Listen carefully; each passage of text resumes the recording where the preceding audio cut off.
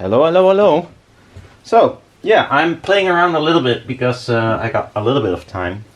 I worked on a lot of chargers, etc. And, well, you have to have some fun as well. Anyhow, I had these 45 centimeter long tweeters that I used a few times. And I keep getting back to them, and they sound better than the very long ones I have, which is weird. And I measured them, and they also measure better.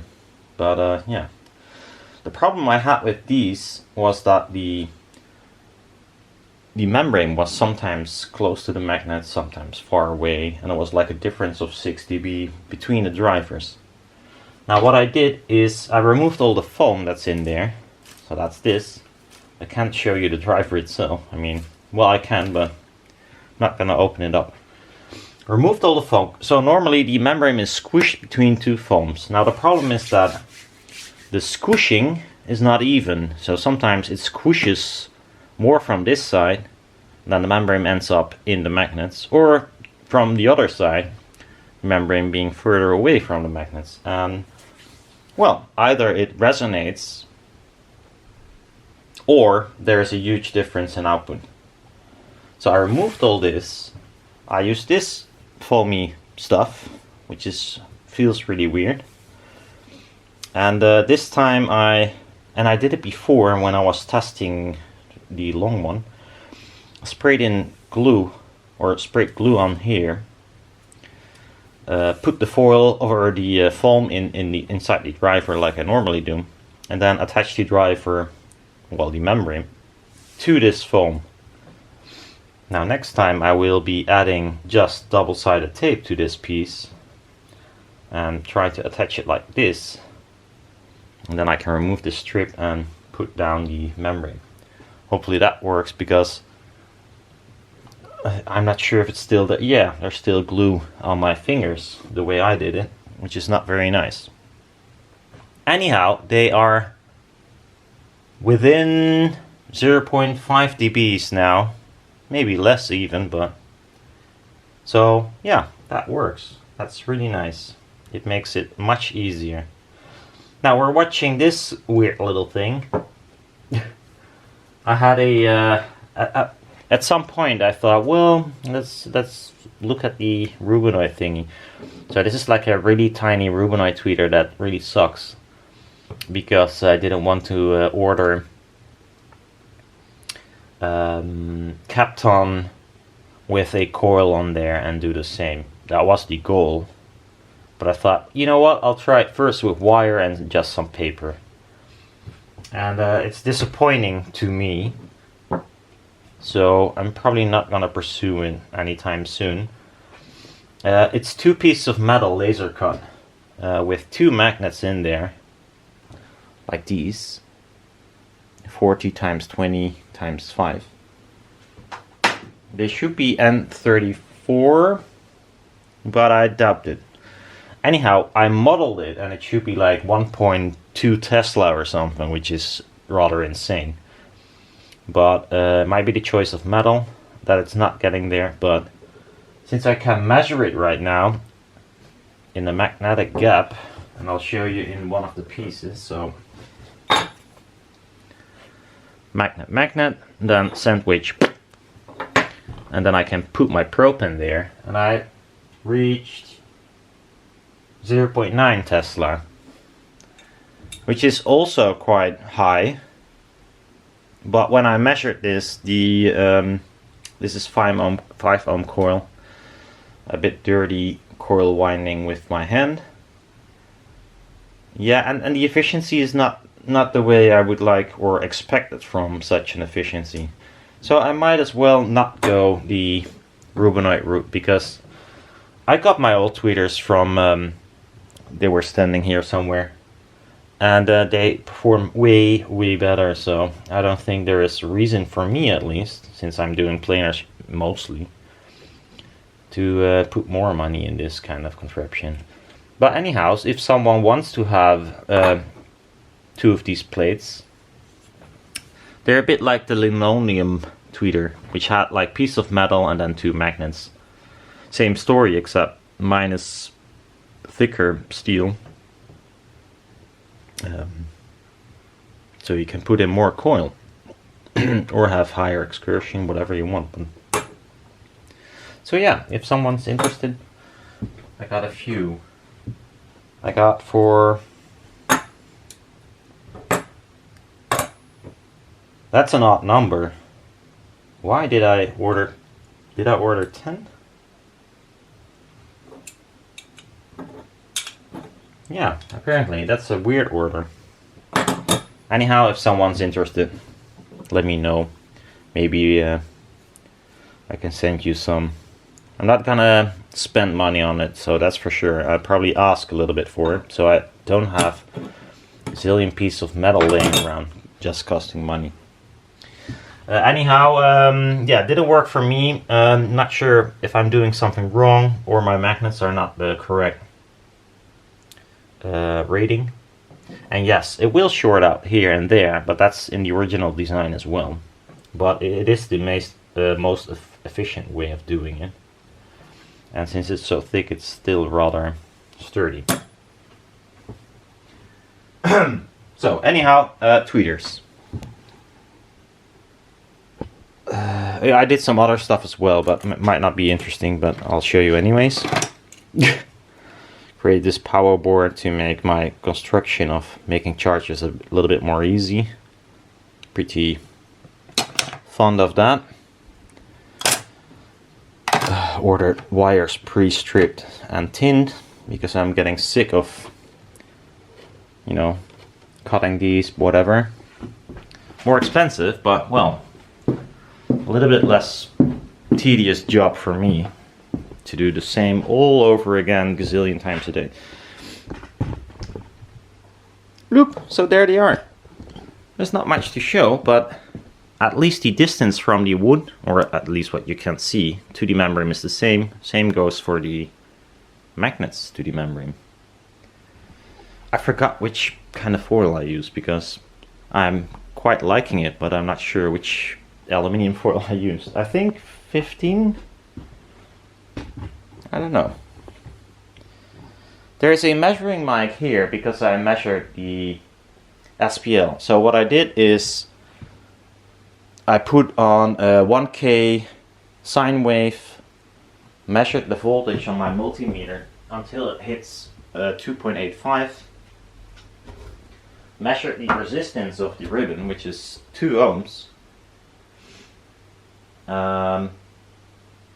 then calibrated my mic with a SPL meter, which is probably not completely correct, but who knows. It is C-weighted, so that's something, but might be off. So what I got was, with notches in place, it's at 91.7 dB.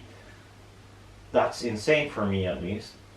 Now, since this is 2 ohms, and it's not very practical, and I'll be generous to the measurement not being correct, I'll remove 3 dB and then do 1.7 dB. So let's say they're 88 dBs, which is also quite nice, I think. Now this is with the notch filters in place. Without it, it's actually more like 94, 95 dB. Although I cannot imagine it is, but well, I did the correct steps, so I don't know. And there's like a huge dip around 3K or something, a little bit lower. So I used some notches at 1.3K and something like 6 or 7K to smooth the peaks out, so the notch is less pronounced or the dip. And yeah, I'll show you the model of edge. So that's the way you model baffle diffraction. And if you look at the model of the baffle diffraction with the same kind of panel size as shown here, you can also see in the prediction of how it will look, and you can see that there is a huge hump at around 1K, and then there's the dip around 3K, and then there's a slightly again a rise in response, and then it drops off. So that actually kind of corresponds to what I measure, which is cool. And why is it cool? Because it means it's mostly the piece of wood it's sitting in, and maybe as well these roundovers, but cannot test it right now. But at least this width is quite dominant in the 1K, and this side I did not calculate properly because I used only the panel in the edge and not the woofer that's sitting under there, which also does something because the bevel now is longer. But anyhow, it means that I could remove maybe partially or a lot of the dip and also the peaks. So that's quite interesting. I added some felt in the back, and that's also one of the more prominent peaks that is not in the model of edge, around 4K. That's like 2 dB extra from the felt, so I might need to remove the felt and add some felt on the inside of the driver, but cannot tell right now. Anyhow, I'm pretty pleased. And I told like a zillion times that if you make a tweeter like this, it has to be way longer. And I did that with the huge panels. And they should work better, but it didn't work better for me. And the reason might be that distance is a thing. A line source will be, like a true line source, floor to ceiling, might be perfectly flat. But also you need to be away like gazillion meters, which I am not. So maybe that's the reason why this kind of contraption, not very long, maybe a little bit longer is possible, still kind of works, which is weird. And I wondered about this, about the French brand and another brand that had a actually too small tweeter, and I complained about that multiple times, like, hey, why did you choose for this size of tweeter, because it's kind of weird. And this might be the reason why they chose that. Now I must say, in a perfect world, in a huge room, that tweeter is not correct and should be much longer. But we're not living in a perfect world, so that might be the reason why this kind of does work. It's really weird. I do know that like a 10 centimeter or 20 centimeter tweeter is not gonna work unless you want to be sitting with your head in a vice thingy, vertical. Yeah. Anyhow, let's play a tune as well. You wonder why I'm always in a training suit. It's because I'm home a lot. So if I go out, I'll change. Ow, fuck. I'm gonna remove myself from this room because probably I will be going deaf.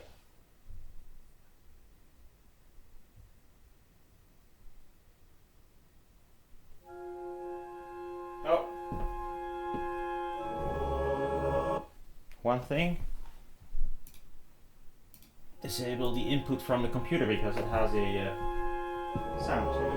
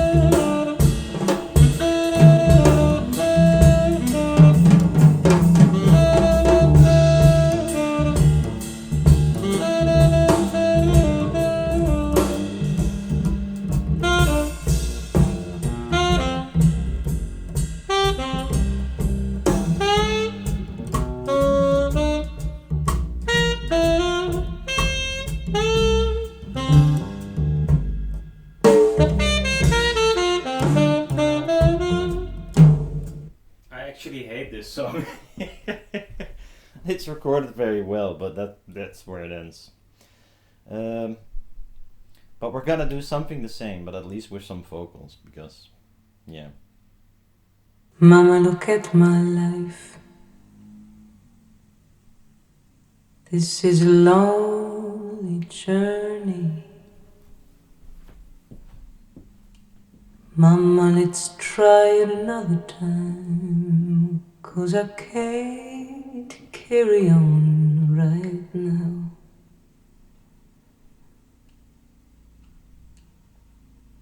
Please make my day.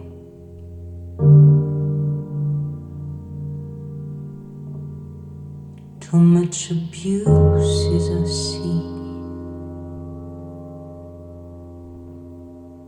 Too much desire in between. We'll make it through. That's what we do.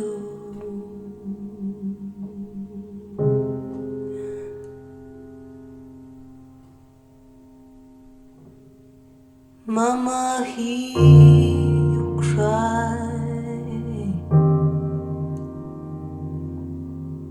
All this anger I put aside. My tears, I know won't beat the rivers in your eyes. And with all my love, I will make them dry. Yes, with all my love, and with all my love, I will make them dry. Yes, with all my love.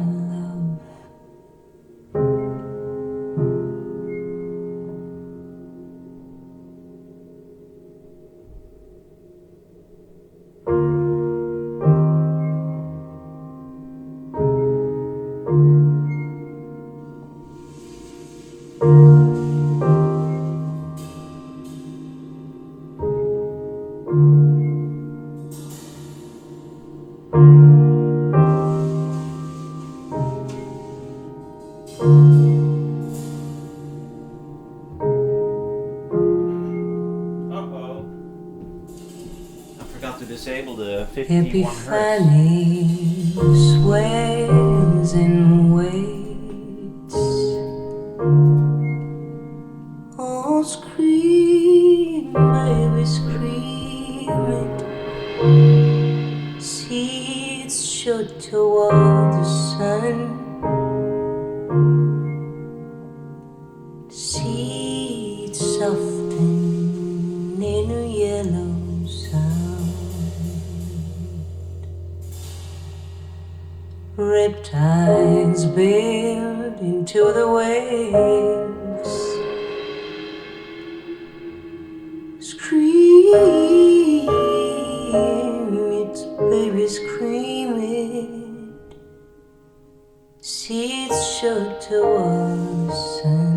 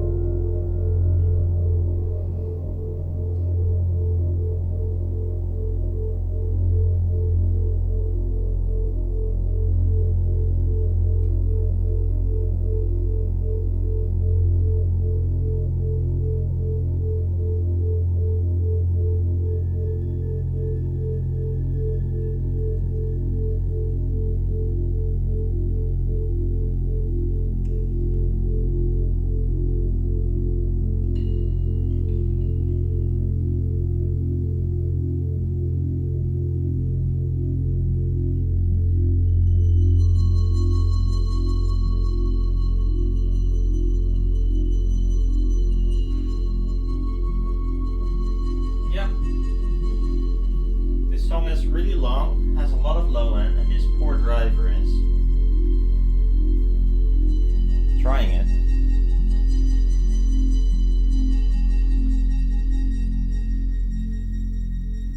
Anyhow, if this would be a half round, or more like, you know, going like this, you might get rid of these, at least the dip at 3K and maybe the rise on 1.4K or whatever it is.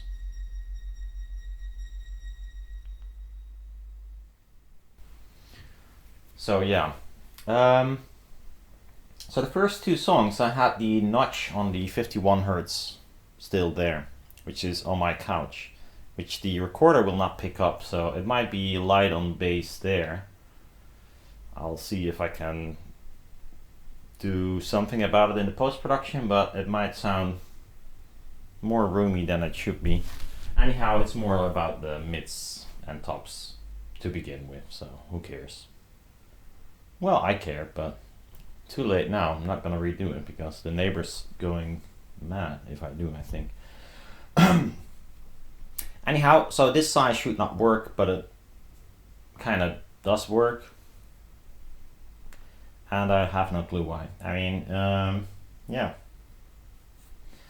So I might redo or make something more like this, because it's also using the cheapest method of steel, not laser cut fancy stuff, although I might be drawing up something that might work as well and at least has the correct size.